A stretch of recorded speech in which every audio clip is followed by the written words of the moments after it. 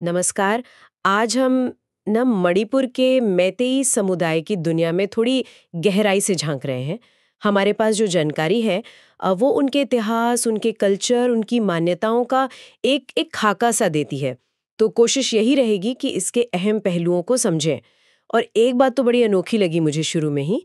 मणिपुर का पुराना नाम था कांगलेईपाक और वहाँ एक बाजार है, इमा कैथल। सुना है? पूरी तरह औरतें चलाती हैं, है ना दिलचस्प। चलिए यहीं से बात शुरू करते हैं। हाँ हाँ बिल्कुल। ये मितेई समुदाय जो है मणिपुर की घाटी का सबसे बड़ा समूह है और इनकी अपनी पहचान है जो कहानियों और इतिहास के साथ आप कह सकते हैं बनती बिगड़ती रही है। ये सिर्फ एक कम्युनिटी नहीं बल्कि पूरी सभ्यता की कहानी है सही मायनों में। तो फिर इनकी जड़ों से ही बात करते हैं। हमने पढ़ा कि पुया ग्रंथ है इनके, मतलब प्राचीन शास्त्र। उनमें सृष्टि की कहानियां हैं और इनका अपना स्वदेशी सनामाही धर्म और मुख्य देवता का नाम आता है आतिंकोक मारू सिदाबा। हाँ बिल्कुल। सनामाही धर्म जो है वो हिंदू धर्म के प्रभाव से भी पहले का है। जड़ें काफी गहरी हैं। इसमें ना प्रकृति की पूर्वजों की पूजा का बड़ा महत्व है। मुख्य देवता हैं सनामाही जो हर घर में पूजे जाते हैं। फिर लैमरेल सिदाबी हैं मतलब पृथ्वी देवी और पाखंगबा। पाखंगबा को सर्प देवता या फिर शासक के प्रतीक के तौर पर भी देखते हैं।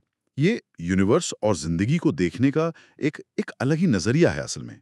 लेकिन फिर 18वीं सदी में हम्म, एक बड़ा मोड़ आया। हम्म, राजा पमाहेबा, जिन्हें गरीब निवास भी कहते हैं, उनके टाइम में वैष्णव धर्म का काफी असर बढ़ा।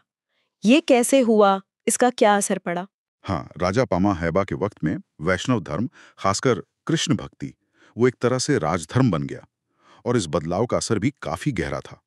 कुछ सोर्सेज में ये जिक्र भी मिलता है कि उसी दौरान कई पुराने पूया ग्रंथ वो नष्ट कर दिए गए। अच्छा, ऐसा क्यों? शायद मतलब नई व्यवस्था को जमाने के लिए या हो सकता है पुराने धार्मिक असर को कम करने के लिए। अक्सर ऐसे बड़े धार्मिक बदलाव के साथ ऐसा देखने को मिलता है। हम्म। और इन सब मान्यताओं और इतिहास को जिस भाषा में सहेजा गया है, मैथेलॉन, उसकी कहानी भी तो है। अपनी लिपि भी है, मेतेई माइक। जी, मेतेलॉन जिसे मणिपुरी भी कहते हैं, ये तिब्बती बर्मी भाषा परिवार की है। और हुआ ये कि हिंदूकरण के दौर में बंगाली लिपि का इस्तेमाल बढ़ गया था। लेकिन यहाँ एक दिलचस्प बात है, अब मैतेई माइक लिपि को स्कूलों में फिर से पढ़ाया जा रहा है। अरे वाह!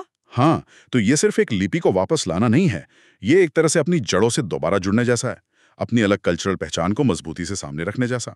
दुनिया भर में कई इंडिजिनस समुदाय ऐसा कर रहे हैं आजकल। सही बात है। मतलब भाषा सिर्फ बातचीत का तरीका नहीं, पहचान भी है। अच्छा, कला पर आए तो रासलीला नृत्य का जिक्र है। भारत के क्लासिकल डांस में शामिल है ये। हाँ, मैतेई रासलीला, इसमें राधा कृष्ण के प्रेम का बहुत सुंदर चित्रण होता है। इसे शास्त्रीय नृत्य का दर्जा मिला हुआ है। और इसके अलावा शुमांग लीला भी है। वो एक तरह का पारंपरिक आंगन थिएटर है जिसमें अक्सर सामाजिक मुद्दों पर बात होती है। और हाँ, बुनाई की कला, खासकर फनिक जो औरतें पहनती हैं, और इनाफी शॉल जैसा होता है, उसमें तो इनकी महारत है ही। समाज की बनावट के बारे में क्या पता चला? हमने 7 सलाई या गोत्रों का जिक्र देखा। हाँ, पारंपरिक तौर पर मैती समाज 7 मुख्य सलाई या गोत्रों में बटा है, जैसे निंगथौजा, अंगोम वगैरह। ये उनके सोशल स्ट्रक्चर का बेस है।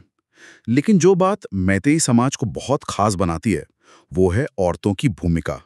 बहुत सेंट्रल रोल है उनका। और इसका सबसे बड़ा उदाहरण है इमा कैथल। इमा कैथल का मतलब ही है माँ का बाजार। अच्छा। और ये शायद एशिया का सबसे बड़ा बाजार है जिसे पूरी तरह से औरतें ही चलाती हैं। सोचिए, एक ऐसी जगह जहां पूरी इकोनॉमी की कमान औरतों के हाथ में हो। जो हमने पढ़ा उससे लगता है कि वहां एक अलग ही एनर्जी होगी।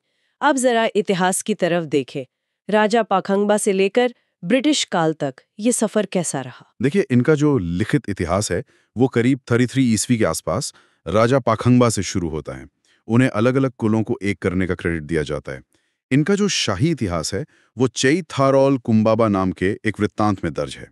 फिर धीरे धीरे ब्रिटिश असर बढ़ा और 1891 में हुआ एंग्लो मणिपुर युद्ध।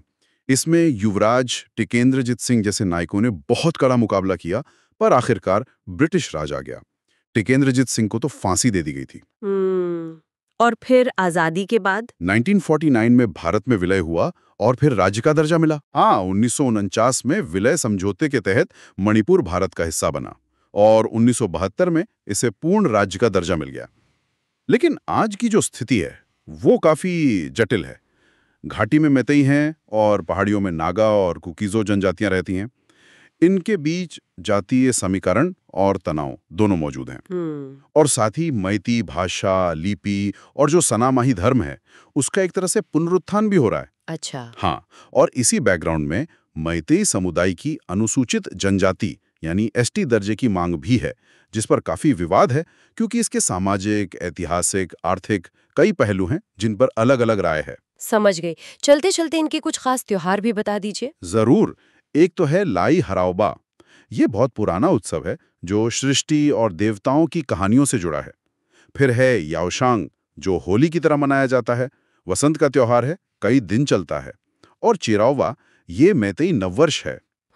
ये त्योहार इनकी संस्कृति की जीवंतता दिखाते हैं। तो हमने देखा कि मैतेई संस्कृति की परतें कितनी गहरी हैं। हाँ। पुरानी सनामाही जड़ों से लेकर वैष्णव प्रभाव तक, फिर अपनी लिपि को वापस लाने की कोशिश से लेकर इमा कैथल जैसी अनोखी सामाजिक मिसाल तक। और एक स्वतंत्र राज्य से लेके भारतीय संघ का हिस्सा बनने और आज की जो जटिलताएं हैं उन तक का सफर। बिल्कुल।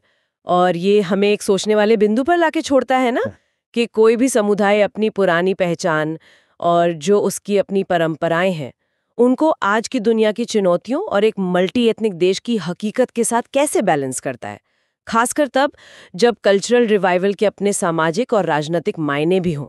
ये एक ऐसा सवाल है जिस पर हमें शायद सोचने की जरूरत है।